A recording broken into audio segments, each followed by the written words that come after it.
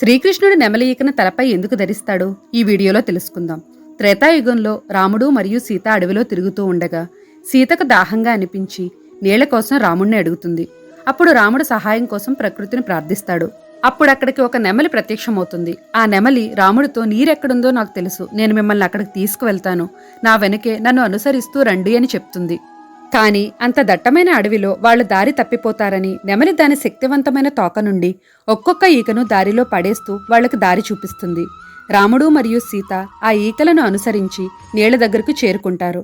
కాని నెమలి మాత్రం తాను చనిపోతానని తెలిసినప్పటికీ తన ఈకలను బలవంతంగా తొలగించుకుంటూ వాళ్లకు దారి చూపిస్తుంది.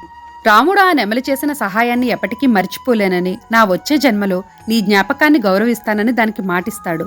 అందుకే రాముడు తన తరువాతి జన్మ శ్రీకృష్ణుడి రూపంలో నెమలి త్యాగానికి కృతజ్ఞతగా, దాని స్మరణకు గుర్తుగా తన జుట్టులో నెమలి ఈకను ధరించాడు.